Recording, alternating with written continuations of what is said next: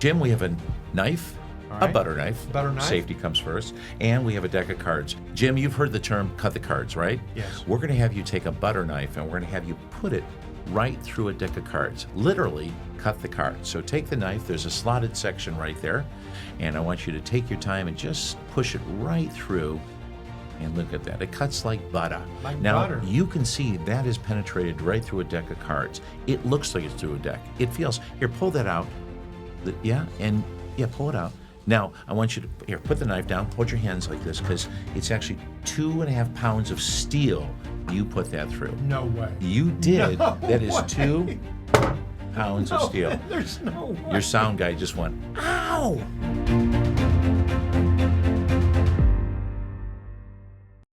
Randy Bernstein, the magician.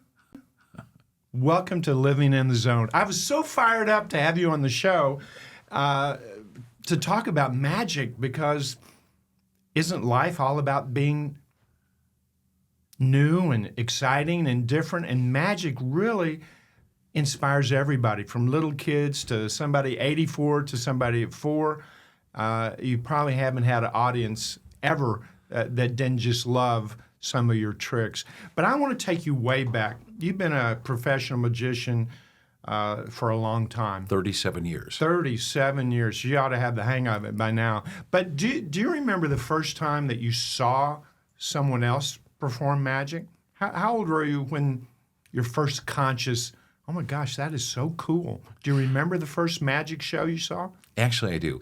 I was fortunate. My parents had a place up in Wisconsin at a resort called Nippersink.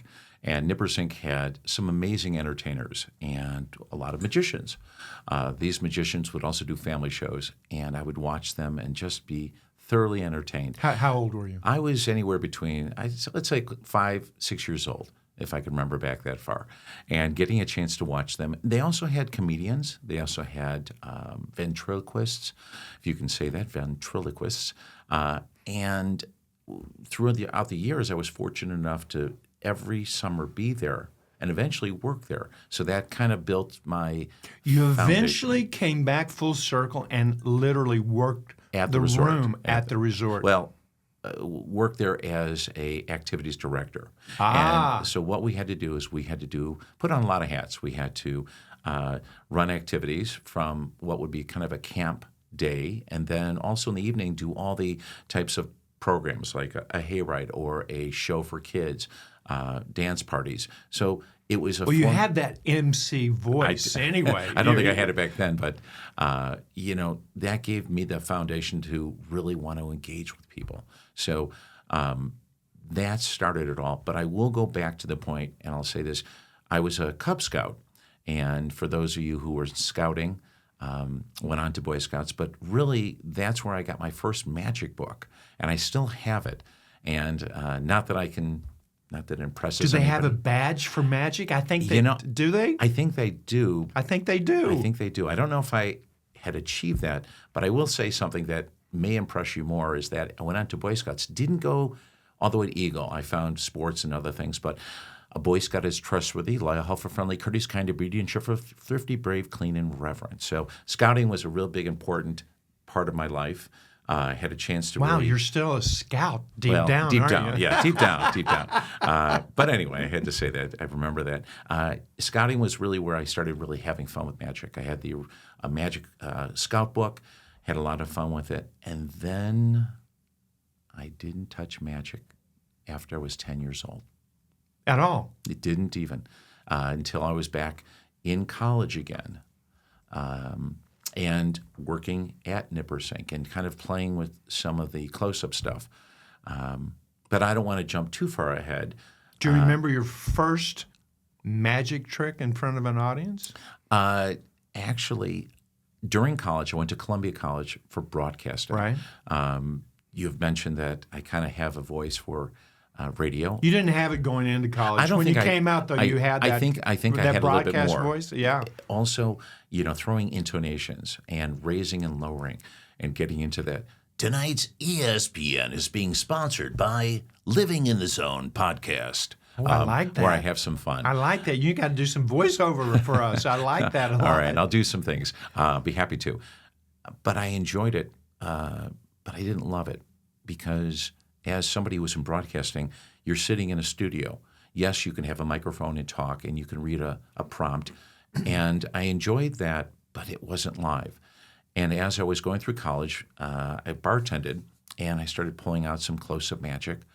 And At the bar. at the bar. And what happens is you start to get an audience. You start getting the endorphins of being an entertainer. And 2 or 3 cocktails, you're awesome. Well, I always say, once you lower your expectation, it's really amazing.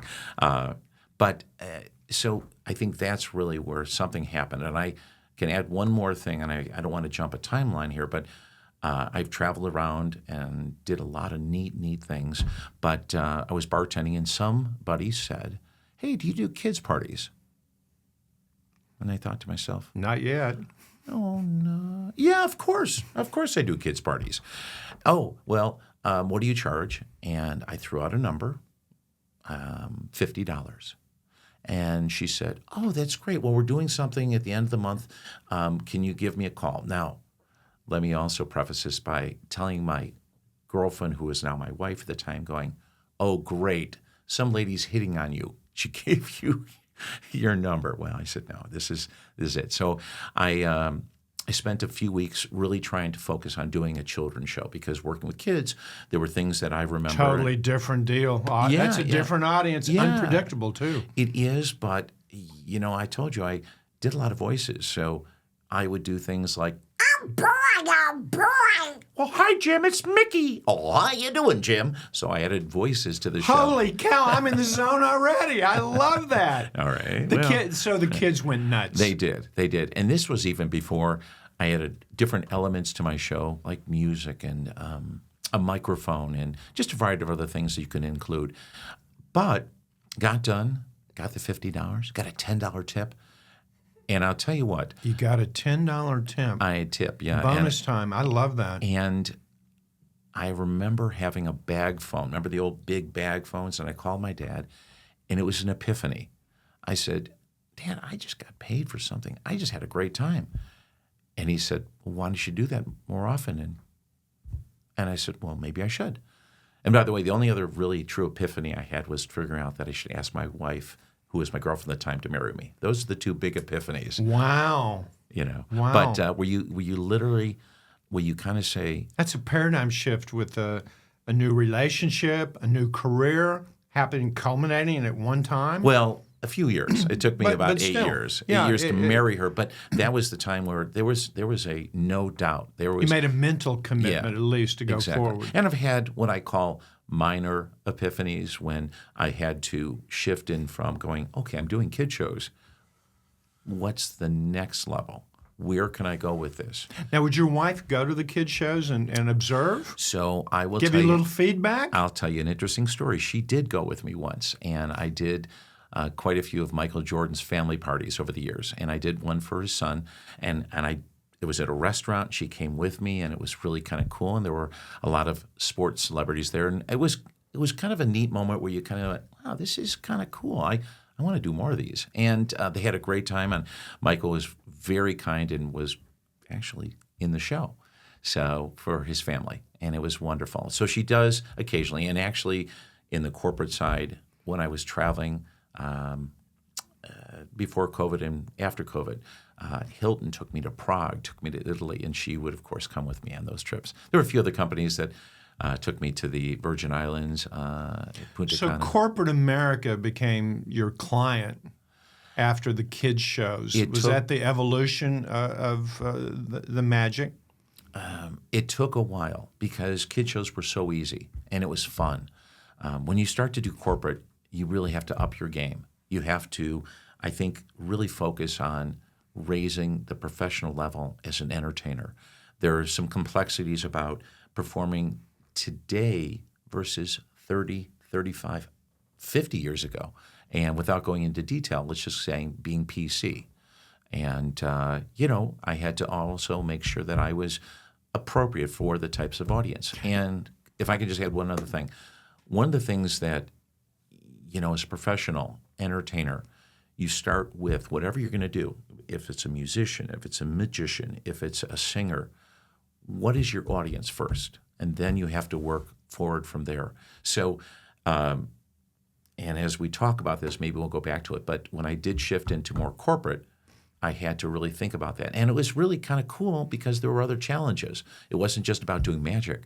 It was about taking a product, service, solution at a trade show, at a team event, at a sales event, and being able to take their information and create not just a magic effect about it, but also telling the story in a very professional, I don't know if sophistication, but also so you felt like they felt like this guy really knows our product, knows our solution.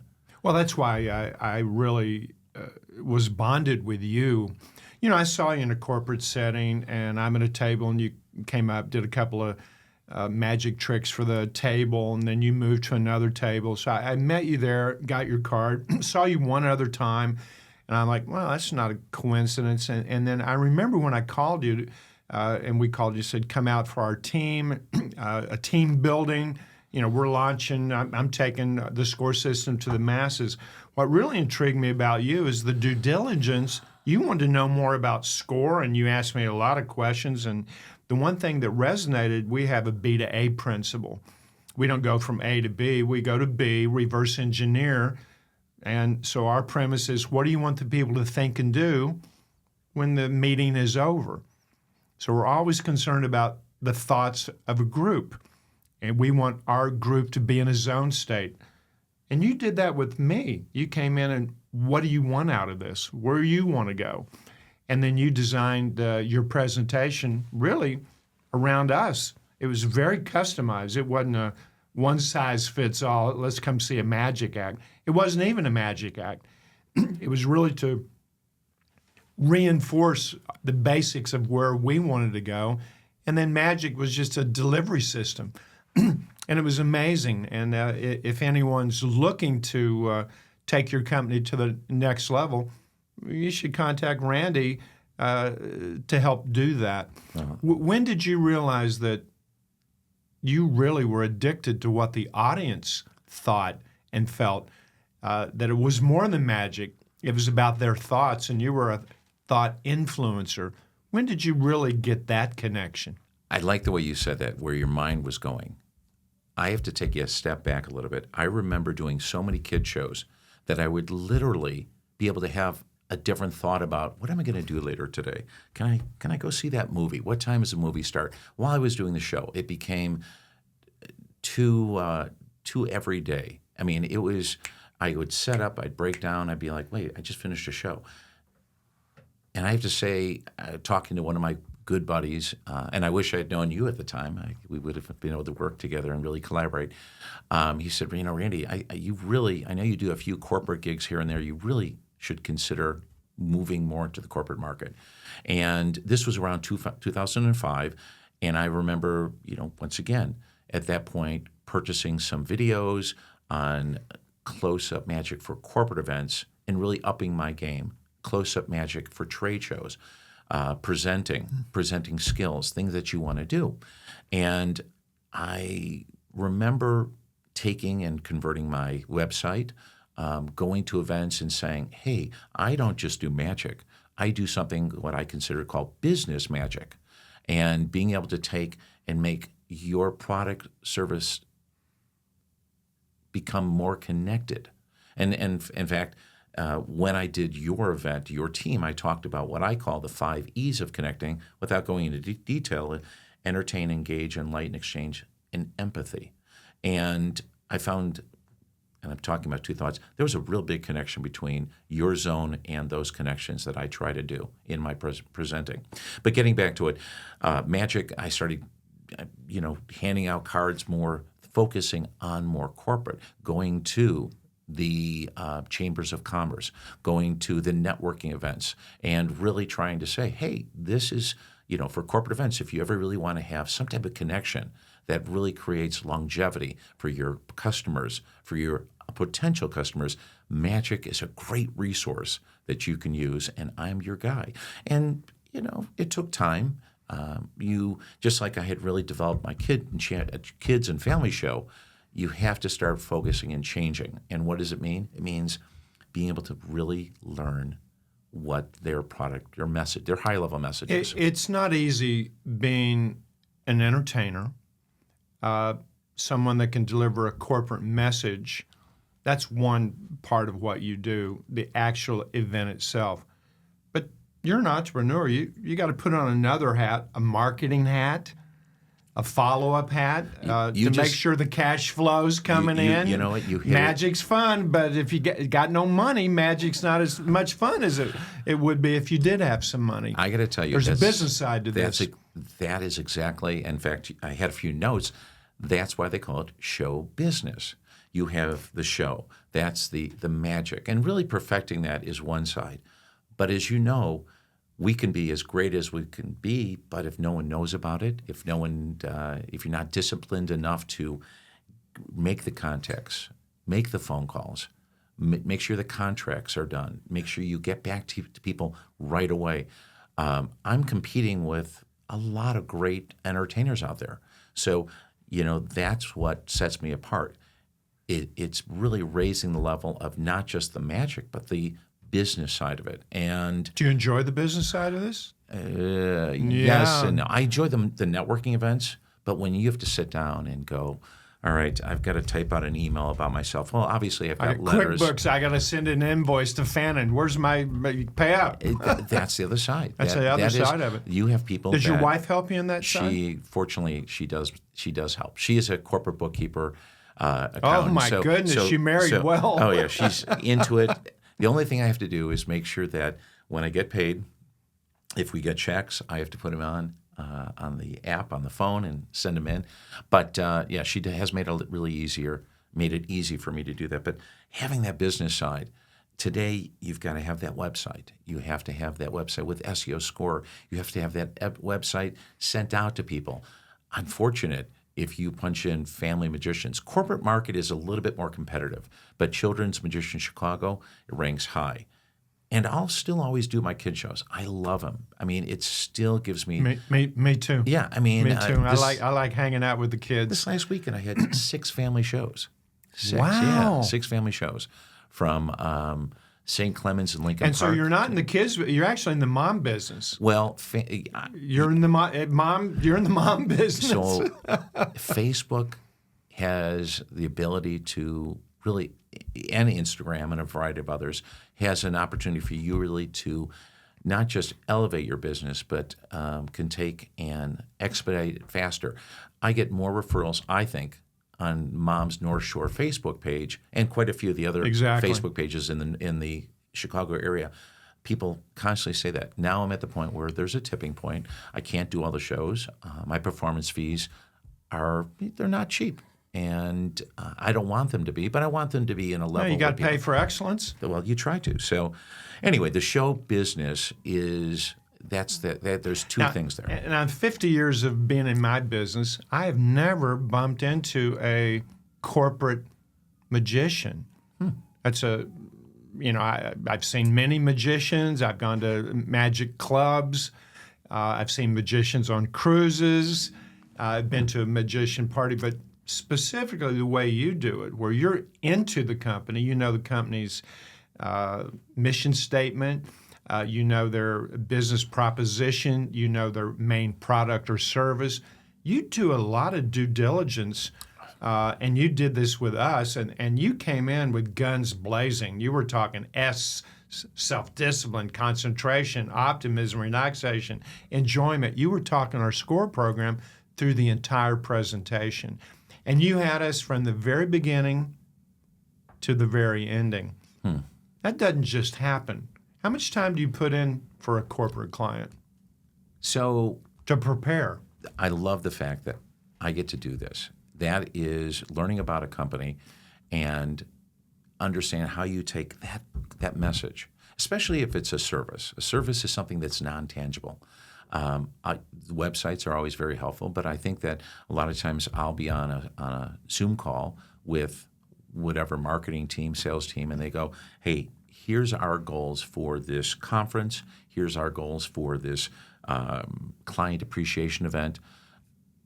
What can you do? And then I take some of the basic formats, and then I have to customize them. Last week, I did something for United for their leadership summit here in Chicago. And I said, what are the taglines? And now I'm already on to my next phrase. So I don't remember the taglines exactly, but almost every trick opened up with their leadership tagline. And they loved the fact that on the deck of cards, it said United. They loved the fact that I created a magic trick on my phone. It said United Leadership, and finding the right path to success, let's call it that. Everything was 3 or 4 were customized. You've seen me use the banners that come out of my jacket.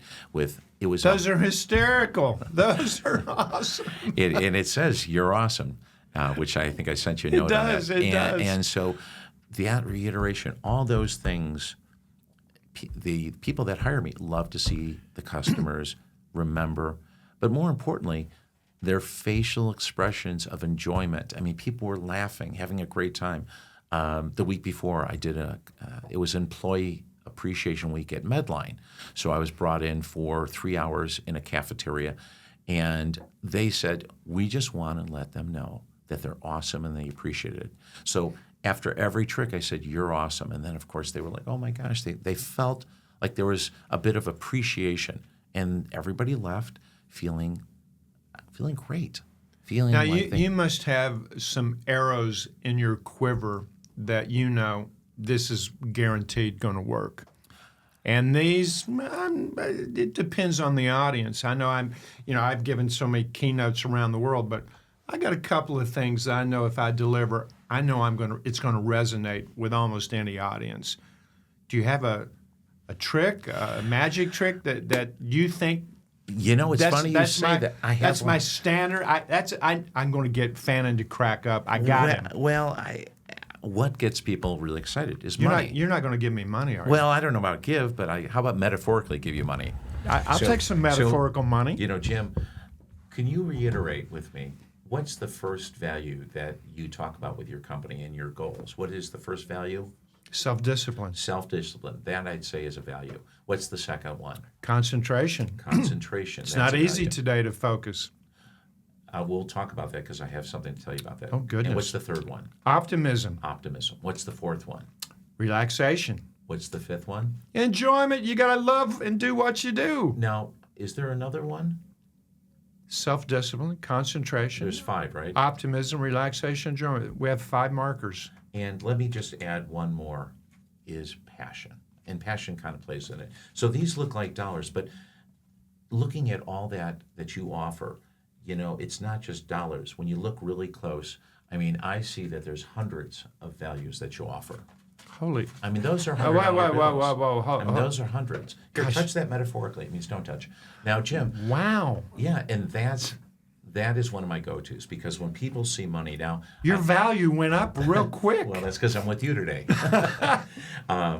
Well, so for everyone that is not watching this, but you're on a podcast, there were 6 $1 bills that he flashed in front of me. And just like that, and I don't know how he did it, but I looked at the 6 $1 bills and they were turned into 6 C notes in front of my eyes. So I don't know where the singles went, but I'm intrigued about the C notes. That got my attention. And so $6 into $600. That's one of the go-to effects that I think I use consistently. Money is a great attention getter. When you have something tangible, we're not talking a credit card, we're not talking a Venmo or a Zelle, we're talking cold, hard cash. Of course, you know that this is just a magic trick. So if you were to take it right there and move it up, down, they're just dollars. That's all they ever were. Oh, my goodness. Hello. Yeah. Oh, everybody, if you go. didn't see what I just saw, you need to see the show episode instead of the podcast. But that's a great. So you had said also, you mentioned. So if your wife needs some cash to go to the mall. There you go. You can turn the $6 bills into 6 C notes for your wife. Is that how that goes? And she returns it as 6 singles. And she turns it back into 6 singles. Oh, you have a great symbiotic relationship with your wife. Very lucky. So how do you get your wife to disappear? You give her money and tell her to go To the mall. Go shopping. And she's out of here quickly. Where did she go? She disappeared. It's magic. But I want to loop back because you said something that really resonates today, if I can, about attention. How do you grab somebody's attention? And I think when I talked to your Team Connecting event, I said, and I feel this, we are in an attention-based economy. And what you have to do as a magician, entertainer, podcaster, you have to be able to grab somebody's attention and hold it. It's not enough to, hey, thank you for your time. I want your attention. And so that's where magic, at least what I do when I work with businesses at events, magic grabs them. Now you have to hold them. You have to create that connection. And moving forward, anytime I do an event for them, they know that it's not just about the magic. It's about all the other elements that come into it. Talking to people, making them feel like they're not just watching, but they're part of something. So you're getting ready to do a magic presentation, and you have 4, 5, or 6 magic tricks that you're going to show. But you've got many in your quiver from 10 years ago or 5 years ago. Do you ever just, off the cuff, make an adjustment, pull something out of the hat that you haven't done for a while because it was appropriate? Where does intuition on your part come in to maybe make an adjustment or an adaptation during the event? I think it's the creative side. That also takes place with what you might say. That's always the quickest thing, knowing their product, service, solution. I just saw a lecturer earlier this week, a magician, and he was demonstrating an effect. And the effect is something I've seen, but also he had a different element that I hadn't thought about. Now, I ended up purchasing the effect, and I'm going to try to show you a little bit later. I won't be doing it on video yet because it's not perfected. I never really want to do an effect. Let me go back. Go ahead. Purchase the effect. Yes. What is that all about? Well, you have magicians who have created their effects. They have created that effect, and So there's a value there. So you go and buy that effect, and Yes. you can now use that effect and call it Magic by Randy. I can. Do you have to give him credit? Well, it's interesting because there are certain effects that if you purchase, and I'm talking some pretty high-end effects, they have a disclaimer saying you may not do this on TV or on video unless you have the business within the business. express written consent from my company, and you buy that, and it's in headlines. Now, How many magicians steal other people's tricks? it's not just the trick, it's the routine. Because to me, it's how I present it. So let me get back to this effect. This effect was using, believe it or not, electrical tape. Now, this weekend I'm flying out to San Diego for NECA, which is the National Electrical Contractors Association. And this show that I'm working is for a company called NSI. And they have a broad portfolio of electrical products for electricians, and a great company, great bunch of individuals, great folks that I work with. But the fact that they sell something called Rhino Wrap, which is electrical tape, there was the immediate, hey, there's an epiphany. I can use that in my effect this weekend. Now, my wife is like, what are you doing playing with this? And I'll do this for hours on end because I want to get the effect down. But the other side is presenting it with the right types of lines so that, it's kind of connectable. So you asked me, do I see things? Do things come up? That was a no-brainer. As soon as I saw that, I'm going to be able to do this. Okay, but I want to practice it. So looking forward to being... Have you ever made that adjustment on the fly, just not even prepared, just like, now's the opportunity for the great balloon trick that I haven't used for a while? Do you have that capability to make that adjustment? If it pertains to the effect, there's something called the needle through the balloon, which... Say that again? A needle, an actual large, probably 18-inch needle, goes right through a balloon.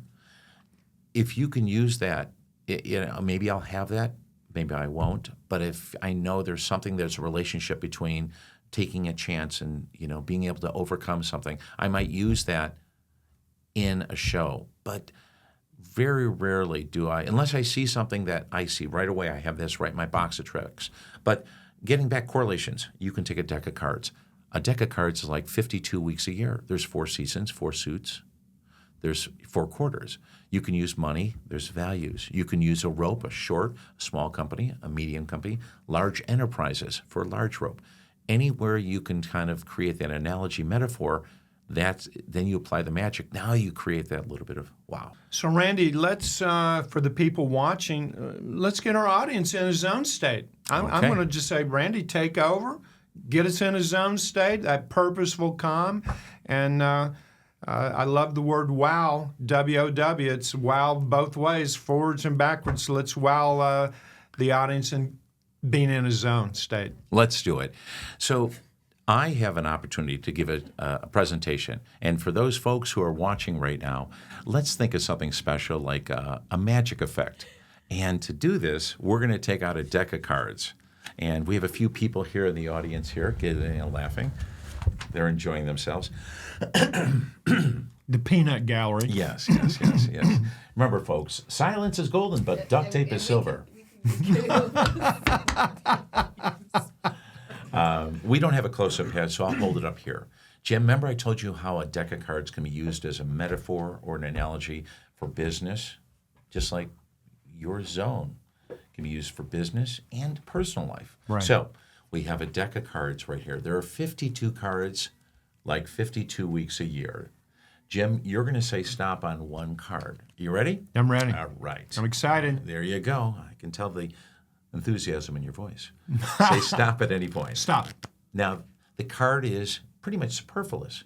But Jim, one thing I think you kind of touch on your zone is that when you take a deck of cards and bring it together, there's one word that I think we can all relate to that makes life very special. And that word, bringing that word together, is 4 letters. And that word is? Love. Yeah. Wow. I think it's a very powerful metaphor. And you love what you do. You love your family. You love, and this is something I think a lot of people don't appreciate, you love when you see your clients, and I want to call them more than just customers, clients. And friends, when you love to see them succeed. And that's a great metaphor when we talk about love. I love to see people smile and happy and enjoying my magic. So as I bring the cards together, the word is love. Why love? Well, love brings things together. And they say love makes the world go round. It's actually the gravitational pull from the sun, but we'll get by on that. So as I bring the cards together, Jim, as you bring people together with purpose, you know what? And you help them succeed at what they love to do, you create a little bit more love. Yeah, love gets a little bit bigger. Oh, yeah, wow. Yeah. And there are many songs about love. But I think at the end of the day, it's loving what you do. It's loving your family. It's also knowing that you've created a better space in the world. So you and I, we love what we do. We bring passion to what we do. I think we're really good at what we do. And you know what? Love just gets bigger and bigger. Because when you share that love, Jim, you and I know that love is absolutely perfectly suited for what we do. Oh, my goodness. Now, oh, my goodness. The only thing I forgot to say, do you remember your if you're card? if you're only I'll do it one more listening, time. this is all the cards are now by suit in order, and they weren't. Yeah, and love is perfectly suited for everyone. Oh, by the way, I forgot to ask, what was your card, Jim? No. It says it right there on the side of the deck, on the other side of love. Oh, my God. It's the 8 of hearts Eight right of hearts.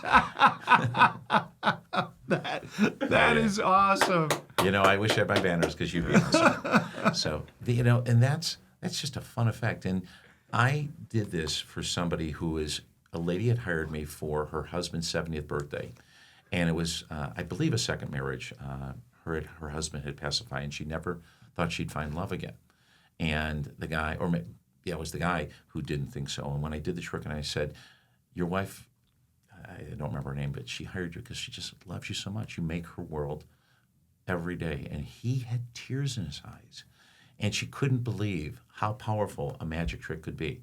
So, you know what? Share the love. Love conquers all, Randy. There you go. Love so that's conquers kind of all. a neat little fact. That's awesome. I love that. Who did you admire growing up as a magician? Did you follow, the icons, the David Blaine's or whatever? There's You know different what? There was- illusionists. I have to go back to my Nippersink days.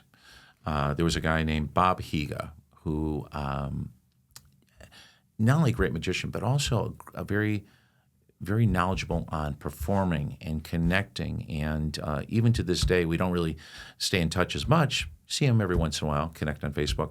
But if I was to say that he was really an inspiration, there was another lady who owned the resort. Her name was Teresa. And if you could call her one of the most empowering people, she would make you feel, when she talked to you, like you were the most important person. And she was able to connect with people with that smile and energy. She also knew how to take you down a notch. Take that, because we were being built up, and you're the wow, you're the amazing, and then, okay, you know what you did wrong? You made that person feel like this. She was able to take you and pull you back and bring you to reality. So her name was Teresa Urban. Constructive criticism. Yes, in a way that you kind of sat there, and she was about 5'2" to 5'3". Here I am 6'2", and I felt like I was going, okay. Thank you. yeah. May I have another, Yeah, please? she was amazing. So those are two, I guess, early. Another person who I watched back when I was in grade school was Robin Williams. To this day, you see. Did he people- start off as a magician? I don't think so. I know. Steve Martin did. Magician. Yeah, he exactly. did at Disneyland, and both of those. And I did watch him, but the silliness, the fun, very kid-like, but you could see when Robin Williams made somebody laugh so hard, he gave him such pleasure, and that's the same thing that I do with magic and comedy. It really gives me. It's euphoric. It's wonderful. So you need to be in the zone prior to the performance, practicing being in that. Especially at corporate, you have Exactly. to really run through that. So Randy, you brought Okay. a suitcase. I would believe you brought a little briefcase full of some magic tricks. I did. Would you like to see something?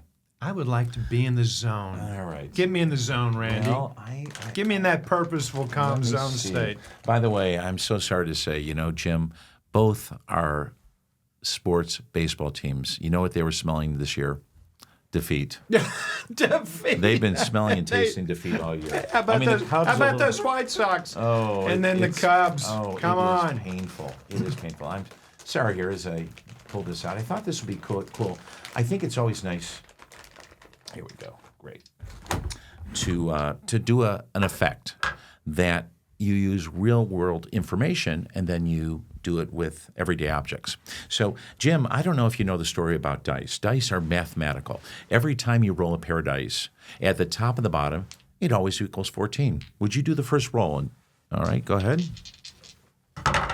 So if we have 11 on this side, we are going to have 3 on this side. That's because dice are mathematical. If you have one die, opposites are 7. 1 to 6, 2 to 5, 3 to 4. Put it together, you have 14.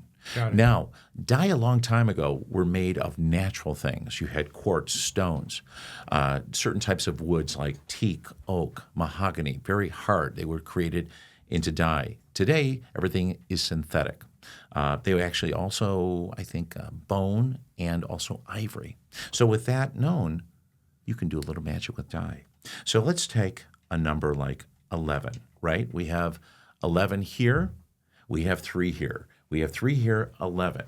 What you don't want to see is 11 on this side and 11 on this side. You want to see 3 on that side. Oh, let's try that again. For those watching, if you see 3 here, you don't want to see 11. Oh, it's supposed to be, the 11's here. Those are the rules of dice. Let's go with doubles because they're a lot more fun to follow, right, Jim? Let's go with doubles. There you go. Jim, we're going to go with double 5s this time. Double 5s, we have double 2s, double 2s, double 5s. Now, Jim, what's another number for 10 besides 5 plus 5? 6 4. Yeah, very good. You're good at mathematics. These are called pips, not to be confused with Gladys Knight. We're going to take one pip, move it over. Now, 6 and 4 don't work with double 2s. Double 2s only work with double 5s. Jim, what's another number for 4 besides 2 plus 2? 3 and 1. What? Yes. Oh, my goodness. 3 and 1 work with 6 and 4, but 6 and 4 don't work with double 2s. They only work with double 5s. So this routine is a lot of fun, but also for a lot of people that like craps. I'll do this. There's a little bit more I would do, but for those watching at home, I hope you enjoyed. That is impressive. That is unbelievable. Yeah, and that's a little Sleight of closer. hand. Yeah, it is. It is. Let's do a quick one. Okay.